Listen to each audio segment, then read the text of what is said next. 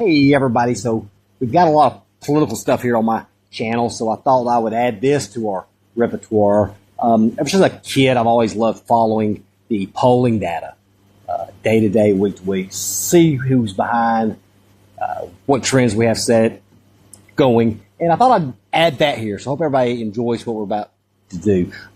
First of all, we're going to be using the latest rounds of polls, and not only nationally, we're going to look at the statewide races because that's really where it's at. And we're going to use 538, which is a very reputable source, has a 92% accuracy, as long as a few others like Quinnipiac and everything. So don't shoot the messenger. These are not my numbers. This is just what the data says.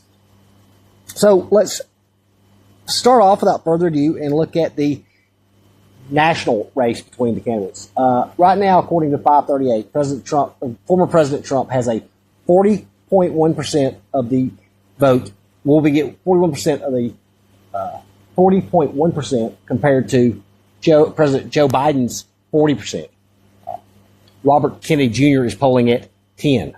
So a razor-thin margin for the former president. It looks like Robert Kennedy is hurting the current president, Joe Biden. Now, when we look at the other one just released with the other third-party candidates in it, you would expect former President Trump's lead to widen, and it did, but not to the extent that you would think.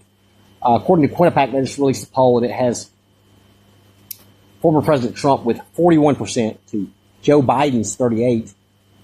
Coming in next is Robert Kennedy with 14%, Robert Kennedy Jr. with 14%, and both Jillstein and Cornel West getting 2% respectively.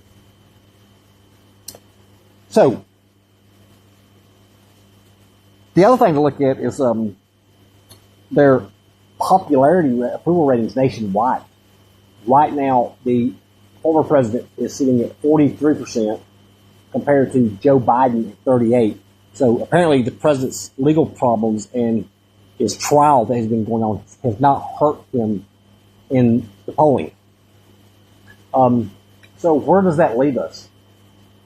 First of all, there are 7 battleground states that are going to decide who the next president is. That is Georgia, North Carolina, Arizona, Nevada, Michigan, Pennsylvania, and Wisconsin. So let's look at the map right here without those states being factored in. Okay, so as it would stand right now, look at this map before we start filling them in.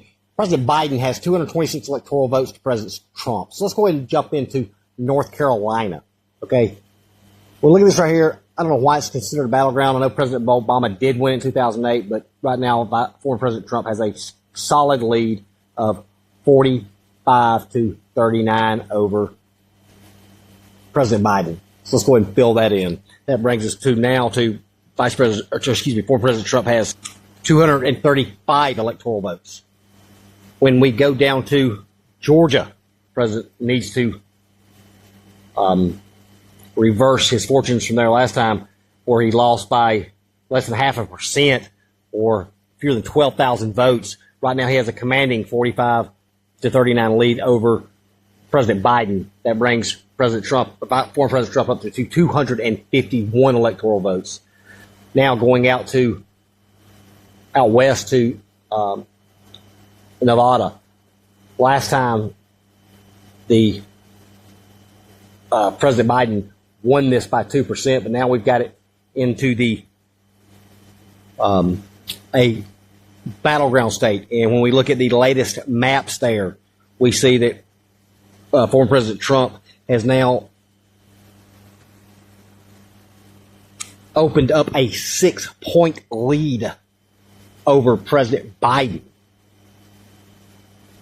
That is a huge, you wouldn't believe. So that now gives the former president a lead of 257 to 226.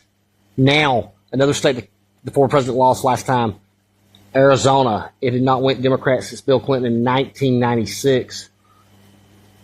He lost it by a razor-thin margin of less than 11,000 votes. Right now, the former president leads President Biden 43 to 38, giving him a 268 electoral votes. Now, turn our attention up to the Midwest, where the president hopes to recreate his magic of 2016. He won all three of the Rust Belt states and turned around and lost them in 2020. Right now in the state of Michigan, a lead of 41.9 to 40.4, a 1.5% margin. Winning that right there would give him enough to capture the presidency at 279 electoral votes. Let's look at Wisconsin. In 2016, Trump won the state by 0.77% of the vote.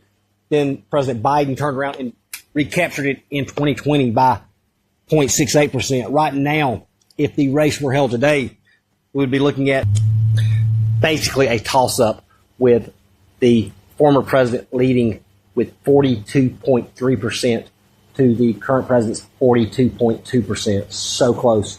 That right there, winning that would give the former president now 293 electoral votes. Now, turning our attention to the Commonwealth of Pennsylvania.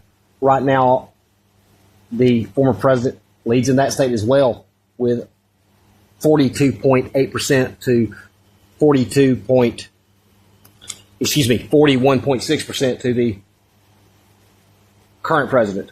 That would bring his total up to 312 electoral votes if Donald Trump carries these states. Right now, in 7 battlegrounds, he leads President Biden in all 7 of them. Granted, that could change between now and November, but that's where we stand right now. It is also should be noted that Minnesota now has dropped to a 2-point lead over Biden. If the president starts to have playing defense in states that he should be comfortable ahead in, that could spell trouble for the Biden campaign. Also, another eyebrow-raising thing is now in a state that Biden won in 2020 that has been solid Democrat by 20-point margins for a long time. Biden captured 61% of the vote here last time. He is now down to a 9-point lead. So that's where we are right now. We'll see how it plays out. Thank y'all for watching. Check back in next week.